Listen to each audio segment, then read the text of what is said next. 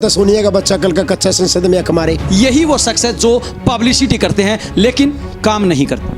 जब तक मैं जिंदा हूँ मुझे तो नहीं लगता कि सेंटर में कभी कांग्रेस आएगी। पानी मार के यहाँ तक रॉकी मित्तल इतने बड़े ऑफिस में कार्यालय में अपनी सेवा दे। बहुत अच्छी बात करी तूने। कश्मीरी पंडितों पर अत्याचार किसने किए? कांग्रेस ने किए। उनकी बहु बेटियों पे अत्याचार किसने किए? कांग्रेस ने करवाए। वो देसी कहावत है, भला बाबू ब्याह लिया कि आप पाऊंगी रामरा, आगे पीछे घूम फिर के आप कांग्रेस पे आ जाते रहो। भैया मैं तो एक ही बात कहूँ, प्लीज यूज मी। पल्ले कुछ नहीं और बात करते हैं बड़ी बड़ी। पहले मेरी बात सुन, मेरे अंदर पत्थरबाजों का खून नहीं है। रॉकी मित्तल गठबंधन को मानता है या नहीं? जिस दिन पूरी पावर मेरे हाथ में आ गई उस दिन आप देख लेना। दोस्तों नमस्कार, मैं हूं अजय लोहान और आप देख रहे हैं बिंदास हरियाणा। आइए आज आपको ले चलते हैं हरियाणा के सेक्रेटेरिएट में। जी हां, अभी बिंदास हरियाणा की टीम पहुंची है जो हरियाणा का सेक्रेटेरिएट है उसके 8वें फ्लोर पे। यहाँ पे आप देख सकते हो कि ये जो दीवार है, दीवार के ऊपर चारों तरफ पोस्टर ही पोस्टर लगे हुए हैं। इन पोस्टरों को देख के अंदाज़ा लगाया जा सकता है कि कहीं ना कहीं किसी खास व्यक्तित्व से ये संबंध रखते हैं। आइए अब आपको ले चलते हैं आखिरकार किसने ये इतने पोस्टर लगवाए हैं, किसने इतना प्रचार किया है। अभी हम मौजूद है रॉकी मित्तल जो कि चेयरमैन हैं स्पेशल पब्लिसिटी सेल के। आइए उनके कैबिन में आपको ले चलते हैं और उन्हीं की जुबानी आपको सुनाएंगे कि आखिरकार किस प्रकार के कार्य उनके द्वारा किए जा रहे हैं। ये रॉकी मित्तल जी, सबसे पहले स्वागत है आपका बिंदास हरियाणा। राम राम। बिंदास के सभी श्रोताओं को रॉकी मित्तल की तरफ से सब भाइयों को राम राम।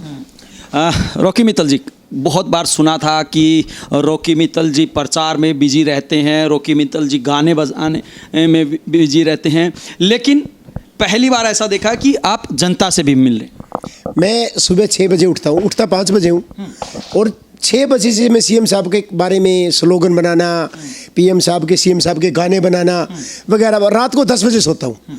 यानी कि सबसे हार्ड ड्यूटी देता हूँ। मतलब नींद नहीं आती रॉकी मित्तल?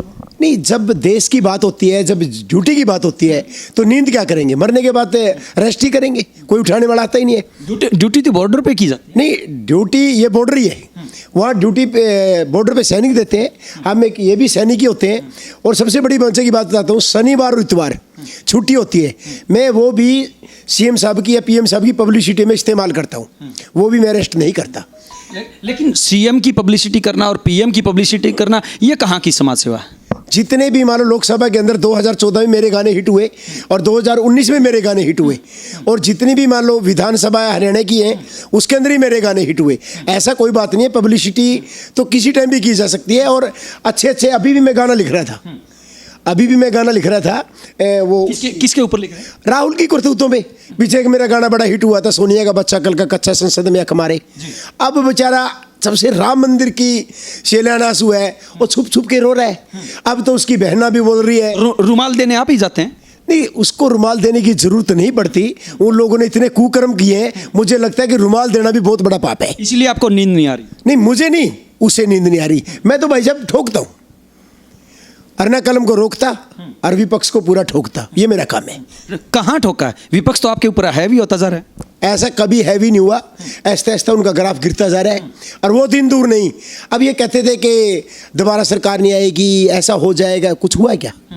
मैं इस बात की गारंटी देता हूँ, जब तक मैं जिंदा हूँ मुझे तो नहीं लगता कि सेंटर में कभी कांग्रेस आएगी। सेंटर में कभी भी, जब तक। एक बार फिर हम सभी दर्शकों को बता दें, बिंदास हरियाणा पे आप हमारे साथ देख रहे हैं रॉकी मित्तल जो कि हरियाणा सरकार में प्रचारक हैं। सरकार की जितनी भी पब्लिसिटी करनी होती है यही वो शख्स है जो पब्लिसिटी करते हैं लेकिन काम नहीं करते। मैं काम नहीं करता, करोड़ों रुपए बचा के देता हूँ। जो ऐड 6 लाख की बनती है उसको मात्र मैं 2-3 लाख में बनाता, तो 50% पैसे बचाता हूँ।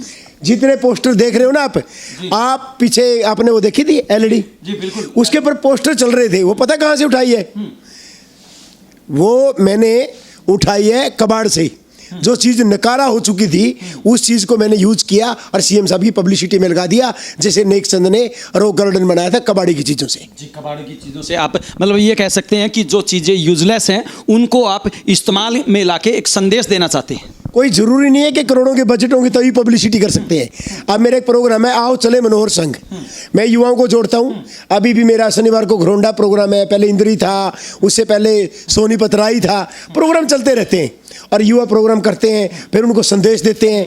तो मेरा काम है कि 24 घंटे में से 5-6 घंटे सोता हूँ, क्योंकि जैसे मोदी जी, मैं मोदी भगत हूँ, और भगत का कर्तव्य होता है जब उनका जो भगवान नहीं सोता तो सिर्फ मोदी भक्त है रॉकी मित्तल या खट्टर भक्त भी है? नहीं, देखो माना तो रॉकी मित्तल को मोदी भगत ही जाएगा, क्योंकि मैंने गाने ही जब 2012 में सबसे पहले मेरा गाना आया था, पीएम बनेगा नरेंद्र मोदी, जब मोदी जी पीएम नहीं बने थे और पूरे देश के अंदर नहीं पूरी दुनिया में चर्चा का विषय बना था मेरा वो गाना। और उसके बाद एक एक करके मैंने सैकड़ों मोदी जी के गाने बनाए हैं, और आज तक कभी भी सरकार से, पार्टी से 1 रुपये का फंड नहीं लिया। जो मुझे नौकरी मिलती है वो भी मैं गानों पे लगा देता हूँ। आप कमाने की बात करते हो, भैया मैं तो एक कमाऊ पूत हूँ और एक पब्लिसिटी करने वाला हूँ। मैं तो निष्ठावान भी हूँ और ईमानदार भी हूँ। लेकिन रॉकी मित्तल जी, आपको नहीं लगता कि आपने ज़्यादा पब्लिसिटी कर दी? यही कारण है कि हरियाणा के जो मुख्यमंत्री हैं, अगर सभी मुख्यमंत्रियों की तुलना करें तो हरियाणा के मुख्यमंत्री पब्लिसिटी में मतलब ये कहें कि चहेतों की लिस्ट में सबसे नीचे आ गए हैं। कभी पहले नंबर पे होते थे हरियाणा के कभी मुख्यमंत्री, आज आपकी पब्लिसिटी की वजह से 28वें 29वें पायदान से नीचे से 1 नंबर पर आ गए। पब्लिसिटी की जिम्मेवारी पिछली 9 तारीख को मिली है, और उसके बाद भी मुझे 40% पब्लिसिटी मिली है। अभी तक सोशल मीडिया मेरे हाथ में नहीं है। जिस दिन पूरी पावर मेरे हाथ में आ गई, उस दिन आप देख लेना, सीएम जो ईमानदार मनोहर लाल जी पूरे देश में नहीं बल्कि पूरे दुनिया में नंबर 1 पे आ जाएंगे। जैसे नंबर 1 पे काम करने में, जैसे 200 स्कीमें सीएम साहब ने चलाई, मनोहर लाल जी ने चलाई, मेरिट पे नौकरियां दी, ऑनलाइन बदली, ऑनलाइन रजिस्ट्रियां, महिला सुरक्षा, किसानों के बारे में इतना करना। अरे जो क्या किया किसानों के बारे में? 24 घंटे के अंदर पेमेंट करने की बात कही थी रॉकी मित्तल जी, और लगभग 3-3 महीने बीत गए, उसके बावजूद भी किसानों को पैसा नहीं मिला। गेहूं में सीएम मनोहर लाल जी ने किए, किसी ने नहीं की। घोटाले पे घोटाले हुए हैं, 9 घोटाले उजागर हुए। ऐसा घोटालों का काम था कांग्रेस का, बीजेपी का नहीं। बीजेपी राज में 9 घोटाले हुए, बीजेपी राज में 9 घोटाले उजागर हुए हैं, अलग अलग महकमों में उजागर हुए हैं। सरकार ने स्वीकार किया कि हमने घोटाले हुए हैं, लेकिन कोई नेता नहीं है। इसका मतलब नेता शामिल ना हो तो घोटाले होते रहेंगे। मेरी बात सुनो जी, घोटालों के आरोप लगते हैं नेताओं पे। आप खुद कह रहे हैं कि किसी भी नेता पे आरोप नहीं लगा, सरकार ने कहा है। सुनो, इसका मतलब ये है कि बीजेपी ने कभी घोटाला किया ही नहीं। आज तक विपक्ष भी एक बात कहता है कि सीएम मनोहर लाल बहुत ईमानदार है, तो ये अपने आप में एक बहुत बड़ी बात है। पिछली सरकारों के अंदर तो नौकरियां बेची जाती थी, बदलियां बेची जाती थी। जब 1.5 महीने की छुट्टियां होती थी ना, मैं बताऊं तो जितने हमारे अध्यापक हैं, गुरु हैं, मास्टर जी हैं, चंडीगढ़ पड़े रहते थे और दलालों के चुंगले फंसे रहते थे, और रजिस्ट्रियां होती थी। लोग तो अब भी है, रजिस्ट्रियां ऑनलाइन है। यदि वैसे किसी को कीड़ा रुपये रजिस्ट्री घोटाला हुआ है रॉकी मित्तल जी, रजिस्ट्री घोटाला हुआ है प्रदेश के अंदर, और आप भी जानते हैं, मीडिया के माध्यम से आपने देखा भी है, हर रोज घोटाले पे घोटाले। आपको एक बात बताऊं, कुछ त्रुटियों को दूर करने के लिए रजिस्ट्रियां बंद की, और जब दोबारा रजिस्ट्रियां खुलेंगी तो और अच्छा होगा। जैसे ऑनलाइन रजिस्ट्रियां हुई थी, कोई मान लो कोई भी नया काम शुरू होता है ना, और कुछ कमी रह जाते तो कई बार में दूर होती है। इस बात का ध्यान रखना। हम हर चीज को खुद दूर करते हैं। हम विपक्ष उन लोगों की, कांग्रेस वालों की तरह नहीं है जो घोटाले पे घोटाले उन्होंने कभी ठीक किया, कभी बोला कि ये गलत चीज है? आज तक नहीं बोला। वो तो सिर्फ खाने पे लगे रहते थे। हमारे अंदर खास बात क्या है, कोई दिखता है कि इसमें कोई कमी रहेगी उसको ठीक करो, उसमें कोई कमी रहेगी उसको ठीक करो। इन लोगों ने तो जब मुख्यमंत्री जी ने बोला मेरा पानी मेरी विरासत, उस पर भी झगड़ा किया कि ये किसानों को रोक रहे हैं।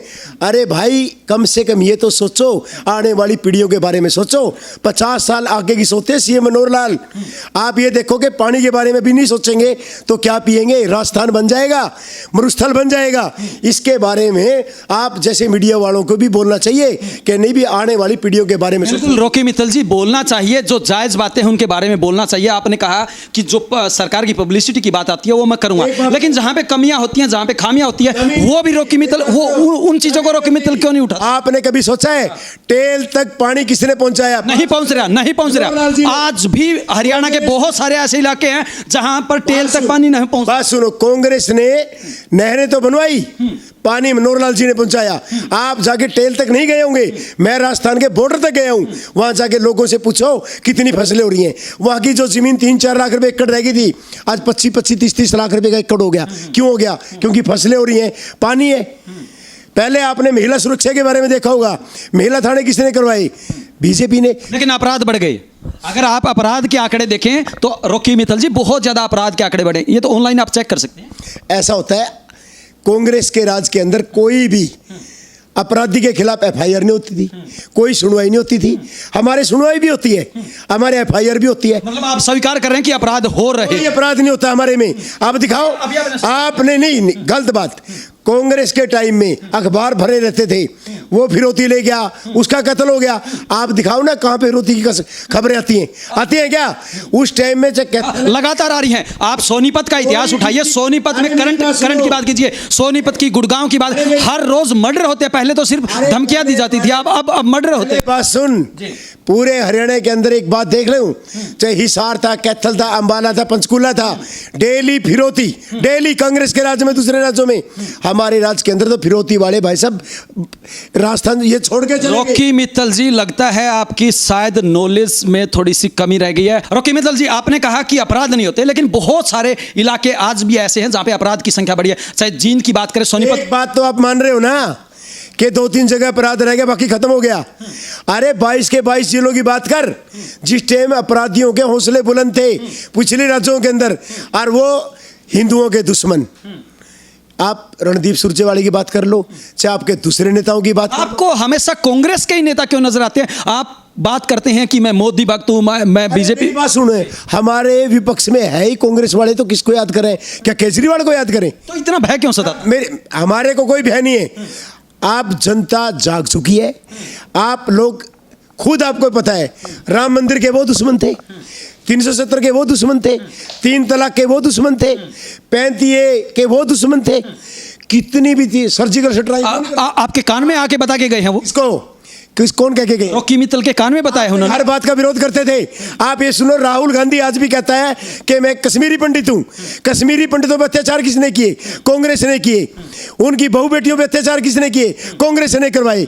अरे जो चाइना से, दुश्मन देश से धन लेते हो, जो पाक की बोली बोलते हो, जो पत्थरबाजों का पक्ष रखते हो, आप उनको देशभक्त कह रहे हो? हम किसी को देशभक्त नहीं बता रहे हैं, लेकिन रॉकी मित्तल अपने आप को देशभक्त बता रहा है। नहीं, हम देशभक्त हैं। जब हमारा धर्म ही नहीं बचेगा तो देश कैसे बचेगा? आप तो धर्म के नाम पे बांट रहे हो, धर्म के नाम पे रॉकी मित्तल बांट रहा है। इसका मतलब लोगों को ईसाई बनने दे, लोगों को मुस्लिम बनने दे। वो इंसान नहीं है, वो इंसान नहीं है, उनको जीने का अधिकार नहीं है। पहले मेरी बात सुन। हरियाणा की बात करता हूं मैं, देश की बात करता हूं। एक जगह मान लो 1,80,000 वोटें हैं, और वहां पे 10-15 हजार मुस्लिम हैं या ईसाई हैं।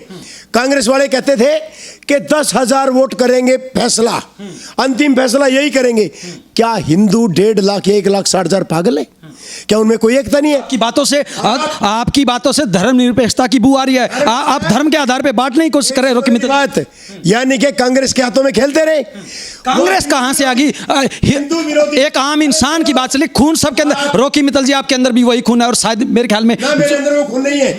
मेरे अंदर पत्थरबाजों का खून नहीं है, मेरे अंदर देशद्रोहियों का खून नहीं है। आप गलत। किसी के चेहरे पे लिखा हुआ है पत्थरबाज? आप कौन? किसी के चेहरे पे लिखा होता है? आप पत्थरबाज कहां चले गई? मोदी जी ने उनको अच्छे से इंतजाम कर दिया, अच्छे से इलाज कर दिया। कोई पत्थरबाज नजर आता है क्या? अभी सरकार ने स्वीकार किया है कि चाइना ने हमारे भारत की सीमा के अंदर प्रवेश किया था, इसीलिए उनकी औकात नहीं है।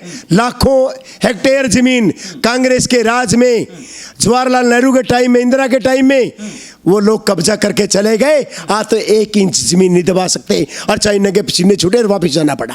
पहली बार ऐसा है कि आंखों में आंखें डालकर मोदी जी बात करते हैं, और नहीं वो तो अपने बिस्तर के अंदर छुप जाते थे, एसी रूम के अंदर छुप जाते थे। कहाँ की बात कर रहे हो? उन लोगों ने जितना बेड़ा गर्क किया है, जवाहरलाल नेहरू के बंटवारे में सिर्फ कश्मीर की समस्या आई थी, वही आज तक सुलझी नहीं है। यह जितना भी था ना एकता करना और भारत को खंड बनाना, ये सरदार पटेल जी का काम था, कांग्रेस का काम नहीं था, गांधी परिवार का काम नहीं था। आप घूम फिर के कहीं से आपको शुरू करें, वो देसी कहावत है, भला बाबू ब्याह लिया कितिया पाऊंगी रामरा, आगे पीछे घूम फिर के आप कांग्रेस पे आ जाते हो रॉकी मित्तल जी। जबकि अगर हम विकास की बात करें, रोजगार की बात करें, उन्नति की बात करें, तरक्की की बात करें, जीडीपी की बात करें, हर एक क्षेत्र में तो भारत पीछे जाता जा रहा है। अरे देश तो तूने थोड़ी लूटा है। देश लूटने वाले तो कांग्रेस वाले थे, आप नहीं। कि मैं आपको कहूंगी आपने देश लूट लिया। देश तो हमारी औकात नहीं है किसी को लूट। देश तो लूटा कांग्रेस वालों ने, तो कांग्रेस वालों को बोलूंगा ना। अब राम मंदिर जब बनने जा रहा है, अब वो प्रियंका गांधी भी कह रही है कि मेरे पापा ने खुलवाया था मंदिर। तो पहले कहां चली गई थी? 60-70 साल से तुम राज कर रहे थे, आज तक तुमसे मंदिर क्यों नहीं बना? कहते धारा 370 तोड़ दी, खून खराब हो जाएगा। राम मंदिर का फैसला आ गया तो तबाही मच जाएगी। एक मच्छर मरा है क्या देश के अंदर? एक मच्छर नहीं मरा। कारण दबंगता, काम करने की शक्ति। अरे अभी तो ट्रेलर है, अभी तो हम दो हमारे दो भी आएगा और पीओ के एक भी हमारा होगा।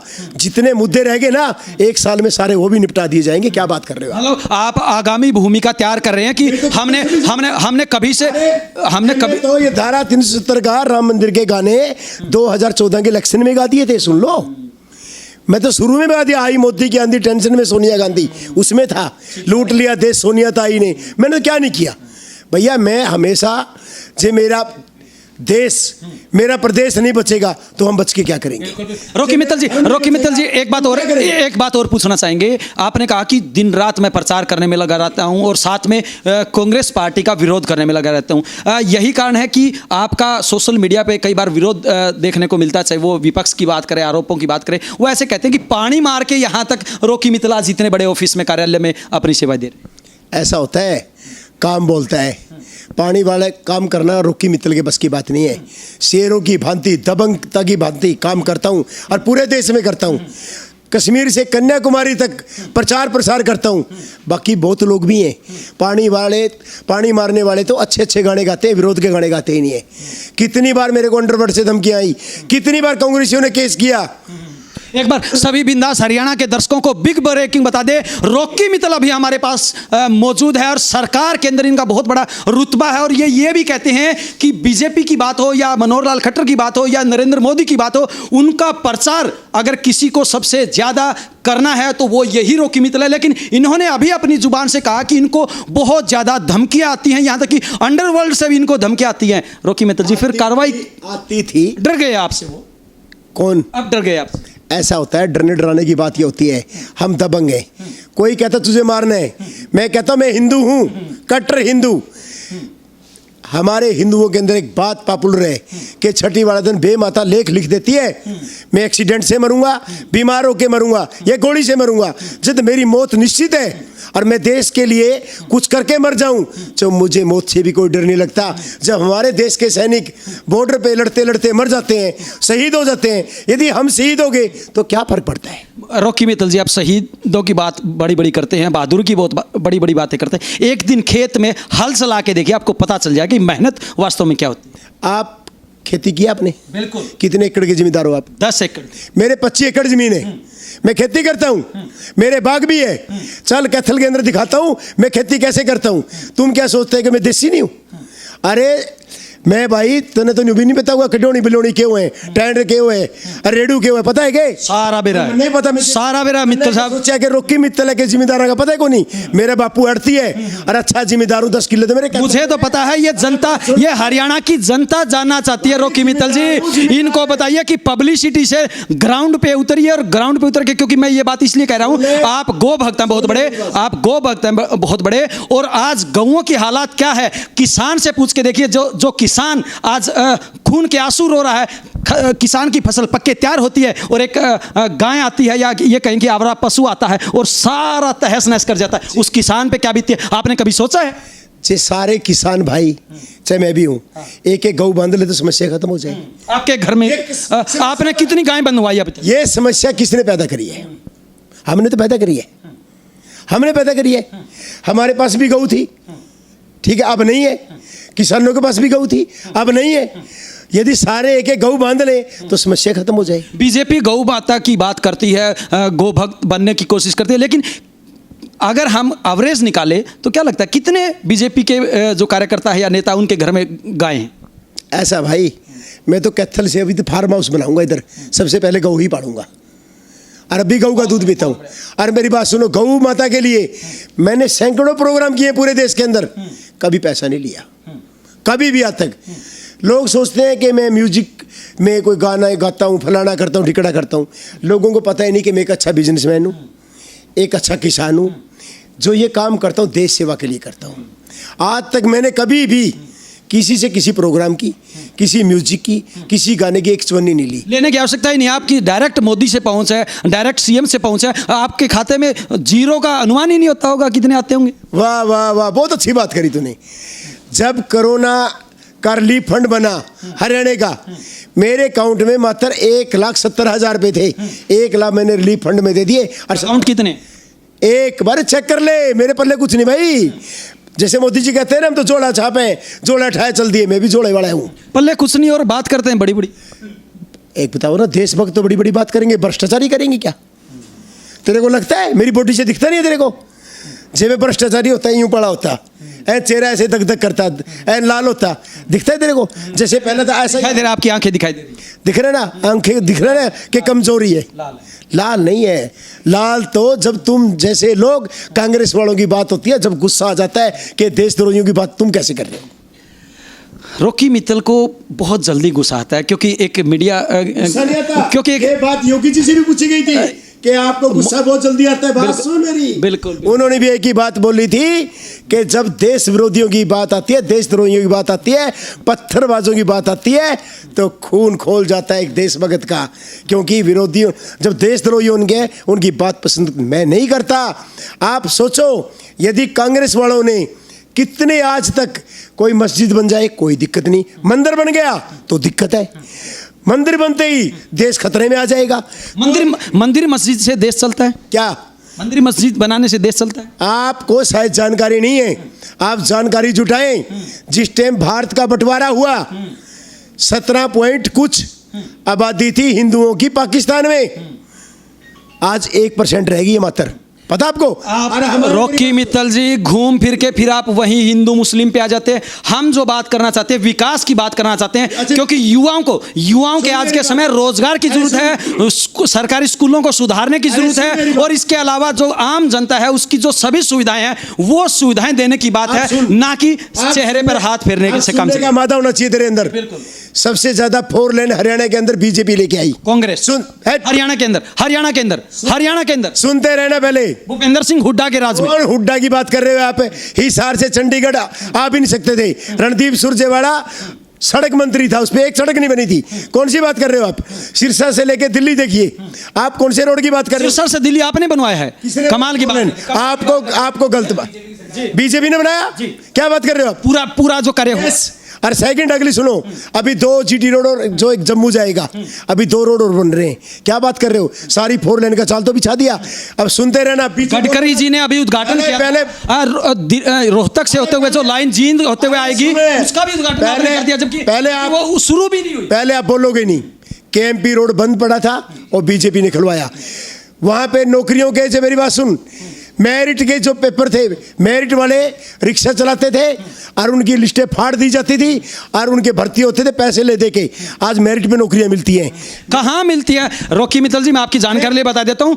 पिछले 7 साल से, पिछले 6 साल के करीब, क्योंकि पिछला 5 साल का कार्यकाल था और तकरीबन 9 साल का जो कार्यकाल है, इस कार्यकाल में अभी तक अगर हम एसएस की बात करें, TGT एसएस की बात करें, एक भी भर्ती नहीं निकली। अरे भाई, तेरी शायद नौकरी कौन लगी होगी, तेरे को इस बात का दुख है। 75,000 पार नौकरियां होगी सरकारी, सुनता रही हो? जीरो फालतू तो नहीं लगी, जीरो फालतू तो तेरे को नॉलेज को नहीं। 75,000 पार। मैंने PhD कर रखी है, मैंने PhD ना, इस बात की कोई PhD को नहीं। अरे 1 लाख पार सक्षम युवा योजना के तहत 2.25 लाख की बात कर रहा हूं मैं। सुनता नहीं है मेरी बात? किसानों को सबसे ज्यादा मुआवजा हमने दिया, महिला सुरक्षा के लिए सबसे ज्यादा इंतजाम हमने किए, सबसे ज्यादा रोड हमने बनवाए, और 4550 के आसपास मारा गांव, जगमग गांव में 24 घंटे लाइट। आप पहले हाँ, मेरे 24 घंटे की बात पे याद आ गया। मुख्यमंत्री जी गए थे बड़ौदा में और उन्होंने कहा था कि हमने 12 गांव को गोद ले लिया है और 24 घंटे बिजली देंगे। जब हम वहां पे गए तो 24 घंटे छोड़िए, 12 घंटे भी नहीं मिली। तेरे को कांग्रेस वाले कुछ को नहीं देते। सच्चाई को बोलना सीख ले। कांग्रेस मतलब आपको बीजेपी देती है, आपको बीजेपी देती है, और मेरे को कुछ चाहिए नहीं। ऐसा, मेरी बात सुन ले, कुछ को नहीं दे रहा। सच्चाई पे आ जा। देश का बेड़ा गर्क करने में, हिंदू धर्म का बेड़ा गर्क करने में, लोगों को पैसे दे दे के ईसाई बनाने में कांग्रेस ने कोई कसर को नहीं छोड़ी। अरे अपने सैनिकों के पास तो बावड़े हथियार भी को नहीं थे। पाकिस्तान वाले भी रोज एक्ट कहवे थे और रोज पंगे करावे थे। आज बम ब्लास्ट बॉम्बे और वो सारी तोपे, वो सारे गोले आपने ही बनवाए हैं। और किसने बनाए हैं? और किसने बनाए हैं? आज चाइना भी पाछे क्यों उठे है? पसीने क्यों छूटे हैं? लेकिन रॉकी मित्तल जी, मैं एक बात बिंदास हरियाणा के माध्यम से जरूर तारीफ करूंगा, जो धारा 370 का मामला था वो वास्तव में बहुत अच्छा कदम था, और उसके लिए बिंदास हरियाणा आपको बधाई देता है। और साथ में जो राफेल आए हैं उसके लिए भी आप बधाई के पात्र हैं। लेकिन रॉकी मित्तल जी, हम हरियाणा की बात करते हैं, आप हरियाणा की मिट्टी से संबंध रखते हैं, हरियाणा पे आ जाइए, उड़िए मत जमीन पे आ जाइए। बात का नहीं पता, 12% सैनिक हैं हमारे हिंदुस्तान के अंदर, हम सेना की बात क्यों ना करें, सेना की बात क्यों ना करें। आप कहते 2 चीजें अच्छी करी हैं, बाकी की रिश्वत खाली की कांग्रेस ने बताए। अरे 370 तोड़ी, धारा सर्जिकल स्ट्राइक 2 देशों में किया, बर्मा में भी किया, पाकिस्तान में भी किया। जो 3 तलाक का मुद्दा, तलाक तलाक तलाक, अरे वो अपना घर बग्गी, वो हमने करया। बढ़िया कदम था। और वो सीए करया कि नहीं करया। जो नोटबंदी था, पाकिस्तान वाले नकली छापा करते और आतंकवादियों पर इतनी करेंसी पड़ी थी, उसका इंतजाम किया नहीं किया। जो आप काले धन की बात करते थे, आपके जो बाबा जी हैं वो भी कहते थे कि सबसे पहले काला धन लाएंगे। आज आखिरकार इतना समय बीत गया, 6 साल के करीब का समय बीत गया, काला धन किसका आया है, किसके बैंक पे छापा मारा है? जिंदगी के अंदर एक बात बताता हूँ, शांति राख। पहले तो लोग ये क्या करते ना, थारा भर के कांग्रेसी करते, राम मंदिर बन ही नहीं सकता 370। अरे हर चीज का इलाज होएगा, ये नरेंद्र मोदी जी है, पक्का इलाज बन के जाएगा। और आने वाले 50 साल का इंतजाम करके है बीजेपी का, और आने वाले टाइम में हर चीज का इंतजाम करके जाएगा। कितना बुखला लो, कितना कुछ कर लो, कांग्रेस वाले विपक्ष वाले कितना कुछ कर लो। आज तूने कल की खबर देखी है, कमलनाथ भी हनुमान चालीसा पढ़ने लग रहा था, प्रियंका गांधी भी अब राम राम जी करने लग रही थी। ये तो मोदी जी का कमाल है प्यारे, जो आज प्रभु राम की याद आई है। मैंने वो भी खबर पढ़ी है कि जो तहसीलदार थे घोटालों में शामिल मिले हैं, वो भी आपकी सरकार का कमाल है। तूने पिछली सरकारों में कभी कोई देखा है? देखिए हैं, कौन सा देखा है अभी घोटालों के अंदर कुछ अंदर कर दिया हो या कोई जांच करी हो? आती थी। अरे कोई नहीं। अरे पिछली सरकारों के तो मुख्यमंत्री भी जेल में गए हैं। आपके कहां सोए हैं रॉकी मित्तल जी? सीएलयू किस कौन दिए करता? सीएलयू तो भाई साहब गांधी परिवार का वार्डर और दिए करते। कभी आपने सुनी है जमीन, किसानों की जमीन किसने हड़पी? अभी ताजा एक आपकी जो सहयोगी पार्टी है उसका मामला आया है, अभी उन्होंने जमीन हड़पने की बात। सहयोगी पार्टी की बात सहयोगी पार्टी से कर, मारी पार्टी की बात मारी से कर।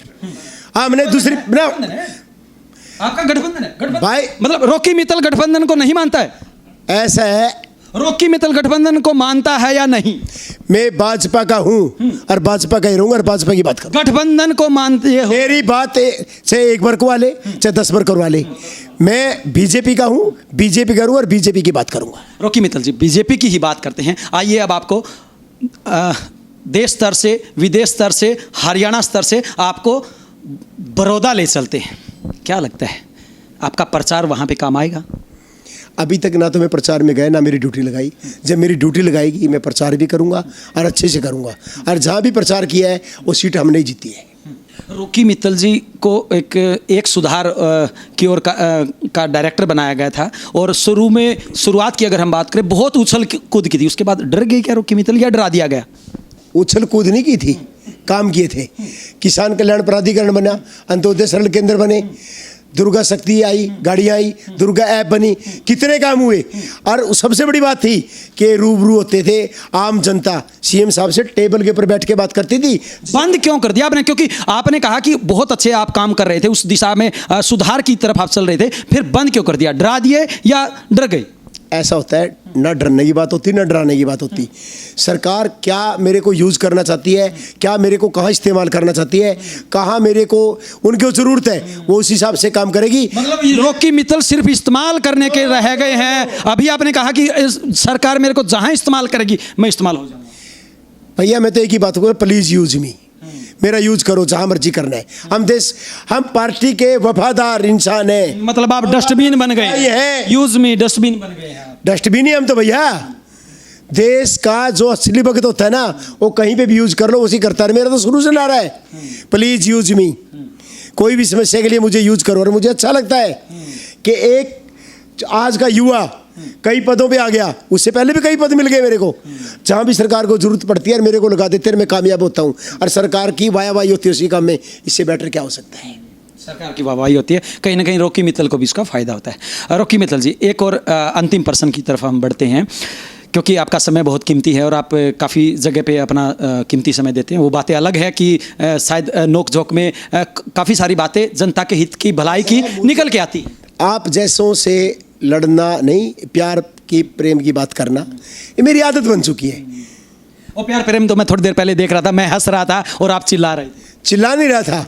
जब आप देशद्रोहियों की बात करोगे, जो कांग्रेस की पक्ष की बात करोगे, तो भाई पक्ष की बात कभी कोई पक्ष की बात पत्रकार कभी कोई नहीं करता, सिर्फ जायज बात पूछता है आपके नजरिए से और उनके नजरिए में हो सकता है अंतर। जिंदगी के अंदर एक बात बता दूं, जो लोग देश हित में बात ना करें, देश विरोध की बात करें, पत्थरबाजों का, देशद्रोहियों का, जेएनयू के आजादी करने वालों का समर्थन करे। पहले बात तो सुने, ऐसे लोगों के पास आप जाए भी कम करो, उनकी चाय पानी भी कम पिया करो। मैं नहीं चाहता कि आपके अंदर भी ऐसे कीटाणु अंदर घुस जाए। रॉकी मित्तल जी, आज में और कल में हमने 8 इंटरव्यू किए हैं और शायद आपकी सरकार के जितने भी कैबिनेट मंत्री हैं उनमें से 8 के इंटरव्यू किए हैं, और उसके अलावा हमने अभी तक सिर्फ 1 इंटरव्यू अलग पार्टी का किया। उसके बावजूद भी आपको ऐसा नजर आता है? नहीं, कुछ ना, जब आप बोलते हो ना, कुछ भाषा सी मेल खाती है। मैं जिस तरह जेएनयू में नारे ला रहा हूँ, मतलब अगर कोई जायज बात पूछ ले, जनता की बात पूछ ले, विपक्ष की बात रख ले, तो आपको उसमें बदबू आएगी। जायज, उनका तो सिस्टम ही नहीं जायज है। जिनको आप जायज कह रहे हो उनका तो सिस्टम ही नहीं जायज है गुरु। उनको जायज मत बोला कर तू, ये देश हित में नहीं है, उनको जायज बोल। हम तो जनता की बात करते हैं। मैं भी जनता की बात कर रहा हूँ, मैं भी तुम्हारे कुछ जनता को आप नाजायज बता। आप भी जनता है, मैं भी जनता हूँ ना। इसीलिए जनता जनार्दन के हित में एक ही बात है, जो देश, जिन्होंने देश को लूट के खाया हो, उन लोगों की तो बात भी नहीं करनी चाहिए। रॉकी मित्तल दोबारा से उसी पहले वाले अंदाज में कब आएगा? उछल कूद कब शुरू होगी? ऐसा होता है, हर एक चीज़ का सिस्टम होता है। उछल कूद हमने पहले भी नहीं की, ना आज करते। उस टाइम जो मामले थे, मान लो नशे के ऊपर काम किया या छेड़खानी के खिलाफ काम किया, जो काम था, अब ये सारे बंद हो गए। जो काम सरकार देगी मैं वही काम करूंगा। सरकार ने एक ड्यूटी लगाई है, उससे भी बेटर ड्यूटी लगाई है। ये जरूरी नहीं है कि आप फील्ड में जाके सारे काम कर सकते। फील्ड में आज भी कर रहा हूँ। कोरोना के चलते जब से मान लो मैंने ये पद मिला है, उस टाइम से कोरोना की महामारी चली हुई, पता आपने, डिस्टेंस का मामला है, हर चीज़ का मामला है, स्कूल बंद है, सब कुछ बंद है, नशा तो वैसे बंद हो गया, तो फिर किसके जाऊं भाई? बता, किसके घर पे रेड मारूं? रॉकी मित्तल जी, सरकार पे रेड मारिए, जहां पे गलत काम हो रहे हैं, नो घोटाले हुए हैं, नो घोटाले अलग अलग विभागों में, वहां पे रेड मारिए। आपने नशे की बात की, शराब की इतनी, अब गृह मंत्री जी ने भी स्वीकार किया कि हाँ शराब का घोटाला हुआ है। कौन से मंत्रालय के अंदर घोटाला हो, पहले तो मुझे यही नहीं पता। सर, आपने शराब की बात की, सबसे पहले शराब का ही जिक्र कर लेते हैं। शराब का काम दुष्यंत जी का, उससे पूछिए। जिसका काम जिससे, उससे पूछिए। सरकार आपकी है, सरकार आपकी है, जिसका जो काम होता है वही पूछेगा। कोई सरकार की जिम्मेवारी बनती है, सरकार जवाबदेही भी बनती है। पब्लिसिटी का वो प्रवक्ता की जिम्मेवारी है। जो हमारी पार्टी का प्रवक्ता है उसका जवाब वो देगा, या जिस विभाग का नेता होगा। अंतिम पर्सन, आप एक अच्छे सिपाही हैं बीजेपी के, या ये कहें कि मोदी के अच्छे भक्त हैं। अगर कहीं पर कोई कमी लगती है तो क्या रॉकी मित्तल उसका भी प्रचार करेगा? जहाँ कमी नजर आती है हम कमी को दूर करते हैं। अब पब्लिसिटी की मैं लगातार मीटिंग पे मीटिंग ले रहा हूँ। कल भी मेरी कुरुक्षेत्र मीटिंग थी, फिर आगे मेरी हिसार मीटिंग है, शनिवार को घरोंडा मीटिंग है। हर मीटिंग के अंदर हर चीज़ का, मान लो कोई भी गलत है, उसको ठीक करना मेरा सबसे पहला काम है, और सबसे पहले मैं वही करूँगा। जब तक हमारी त्रुटियाँ दूर नहीं होंगी हम आगे नहीं बढ़ सकते। पब्लिसिटी में यदि कोई कमी आएगी, और कमी है या कमी रही है, तभी तो हम मेहनत कर रहे हैं। आने वाले टाइम के अंदर कोई कमी नहीं आएगी और ना ही कोई कमी आने देंगे। रॉकी मित्तल जी, चलते चलते क्या संदेश देना चाहेंगे आप हमारे सभी दर्शकों को, और ख़ास तौर से जो आपके शुभ चिंतक जो अभी आपको देख के हंस रहे हैं, उनके लिए क्या संदेश है? दोस्तों, एक ही बात बताता हूँ, हर एक इंसान के कई कैरेक्टर होते हैं। कई लोग कहते हैं कि जैसे मेरे भाई उछल कूद की बात कर रहा था, हर एक चीज़ का समय होता है, टाइम होता है। और लोग कहते हैं कि मैं तो कोम्बो हूँ, नेता भी हूँ, अभिनेता भी हूँ, हर चीज़ मुझे आती है। जब कोई मान लो पानी ऊपर से चला जाता है तब बोलना ही पड़ता है। अरे मान लो कोई भी काम प्यार प्रेम से हो जाता है तो बोलने की आवश्यकता भी नहीं पड़ती। जिंदगी के अंदर हम लोगों ने इतने, एक मैं राइटर हूँ, राइटर का दिल बड़ा कोमल होता है। आपने अभी वो पंक्तियाँ लिखी है, वो भी ज़रूर सुनाइए, ज़रूर। बड़ा कोमल होता है। और मैं एक ही बात बोलूँगा कि ज़िंदगी के अंदर यदि आप कोई चीज़ ठान लेते हो, और उसके ऊपर आप काम करते हो, मैं गारंटी के साथ कहता हूं कि आप कुछ भी बन सकते हो। और ये भाजपा की सरकार है, भाजपा में आप मोदी जी के बारे में सब जानते हैं, चाहे बेते बेते जो देश का प्रधानमंत्री बन सकता है, जो हमारे सीएम, हमारे सूबे के जो सीएम है मुख्यमंत्री मनोहर लाल जी, आप देखो उनको पहले राजनीति में नहीं थे, उसके बाद मुख्यमंत्री बन गए, सबसे बढ़िया राज चला के दिखाया और दोबारा फिर मुख्यमंत्री बन गए। यानी कि हमारी एक ऐसी पार्टी है, दुनिया की सबसे बड़ी पार्टी है, यहाँ कुछ भी हो सकता है यदि आप मेहनत करते हो। मैं एक ही बात बोलूँगा कि आप किसी फील्ड में मेहनत करते हो और ईमानदारी से करते हो, मैं गारंटी करता हूँ जो आपकी मानो सोच है, जो आप बनना चाहते हैं वो ज़रूर बनेंगे। मेरा बचपन से एक टारगेट था कि मैं फिल्मों में जाऊं, फिल्मों से टारगेट बनाया कि मैं जनता की सेवा करूं, देश की सेवा करूं और करने में कामयाब रहा। काफ़ी सारी फिल्में सुपर डुपर गई। मैंने 10,000 के आसपास गाने रिलीज़ किए, 10,000 जो अपने आप में रिकॉर्ड है, और मोदी जी के मैंने सैकड़ों गाने बनाए हैं और जो सुपर हिट रहे। और सबसे बड़ी बात हरियाणा के लिए जो थी, कहीं भी मैं प्रदेश के अंदर जाता था, देश में जाता था, तो सबसे पहले ये बात बोलते थे, हरियाणा का रॉकी मित्तल, न कि कैथल का रॉकी मित्तल। वो लाइनें सुन और मेरे को अच्छा लगता है और मैं उस मिट्टी से पैदा हुआ हूँ, उस हरियाणा से हूँ, मुझे फ़ख्र है। भले ही भगवान श्री कृष्ण ने रास लीलाएं मथुरा वृंदावन में रचाई हूँ, लेकिन जब लड़ाई की वक्त आया तो उसी से साबित होता है कि वो भी कुरुक्षेत्र में आके लड़ाई लड़ी। और जबकि एक धर्म और अधर्म की लड़ाइयों के अंदर हरियाणा हमेशा फेमस रहा। रही बात गुस्से की, गुस्सा तो भाई साहब कृष्ण भगवान थे, उनको भी आता था जब वो दुश्मन का विनाश करते थे। भगवान कितनी सृष्टि के अंदर देख लो, और भाई साहब जो मर्द होता है और जो ईमानदार होता है, गुस्सा सबको आता है। गुस्सा कई बार, एक बार मेरे को आज भी आ जाए, 2010 की बातें हैं शायद, लोकसभा में जब योगी जी की आंखों में आंसू आ गए थे और उन्होंने एक ही बात बोला था कि अरे कांग्रेस वालों कितने अत्याचार कर लो, एक दिन मेरा भी आएगा, अरे जिस दिन मेरा आएगा तो मैं दिखाऊंगा कि राज क्या होता है, राजपाट क्या होता है।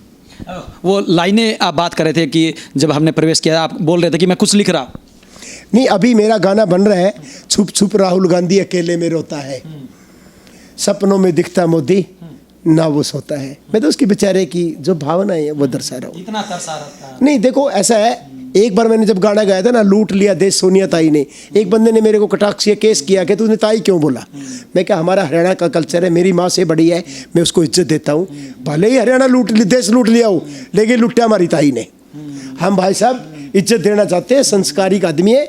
और हमारे हरियाणा तो आपकी ताई है, रिश्ते कहीं ना कहीं आपके बीच जुड़े हुए हैं। नहीं, हमारे हरियाणा में मेरा बाबू था कोई बड़ा होगा तो ताऊ है, मेरी माता बड़ी होगी तो ताई है, हमारी परंपरा है। जी बिल्कुल। ये थे रॉकी मित्तल, जो कि अपने आप में एक बहुत बड़ा चेहरा है, काफ़ी फेमस ये रहते हैं। और इन दिनों हरियाणा सरकार ही नहीं बल्कि बीजेपी का, चाहे वो राज्य स्तर की बात हो या केंद्र स्तर की बात हो, वो सारा प्रचार इनके जिम्मे रहता है। काफ़ी नोकझोंक हमारे बीच में यहाँ पे देखने को मिली है। हालांकि हम इसे सिर्फ यही कहेंगे कि हमने सौहार्दपूर्ण माहौल में एक दूसरे से चर्चा की है और ये चर्चा आगे भी हमारी ऐसे ही जारी रहेगी। और आप हमारे साथ देख सकते हैं कि जिस प्रकार से हरियाणा में रॉकी मित्तल को जाना जाता है, जिस अंदाज के लिए रॉकी मित्तल को जाना जाता है, वही बिंदास अंदाज आज फिर देखने को। पूरा इंडिया है, मैंने तेरा एंटीना बाद में देखा भी, इतना दिमाग करता है तेरा। तो इस करके भाई बार बार चक्कर लगाता रहेकर, हमारी भी नॉलेज बढ़ेगी, तेरी भी बढ़ेगी। सेक्रेटरिएट में आपका इंटरव्यू करने का मौका मिला। चलो वो पता क्या होता है, सेक्रेटरिएट मेरा नहीं है, आप सब लोगों का है, हरियाणा के सारे निवासियों का है। और जिंदगी के अंदर अब मेरे को देख लो ना, सिंपल वेशभूषा, भैया सिंपल रहो। जिंदगी अपनी लाइफ में कामयाबी का एक ही राज है, कभी आप आगे बढ़ जाते हो अपनी औकात में, औकात कभी ना भूलो। किसी भी व्यक्ति को किसी भी सतर में, किसी भी हाल में अपनी औकात नहीं भूलनी चाहिए। और यही आज देश प्रदेश की जनता हर किसी को बताना चाहती है और दिखाना चाहती है। और ऐसा ही नज़ारा अब आने वाले समय में बड़ौदा के उपचुनाव में भी देखने को मिलेगा। और चुनाव के परिणाम के बाद ही पता चलेगा किसको कितना आईना दिखाया है और किसके सिर पे चौधर का ताज सजा है। वीडियो जर्नलिस्ट संदीप कुमार के साथ अजय लोहान, बिंदास हरियाणा।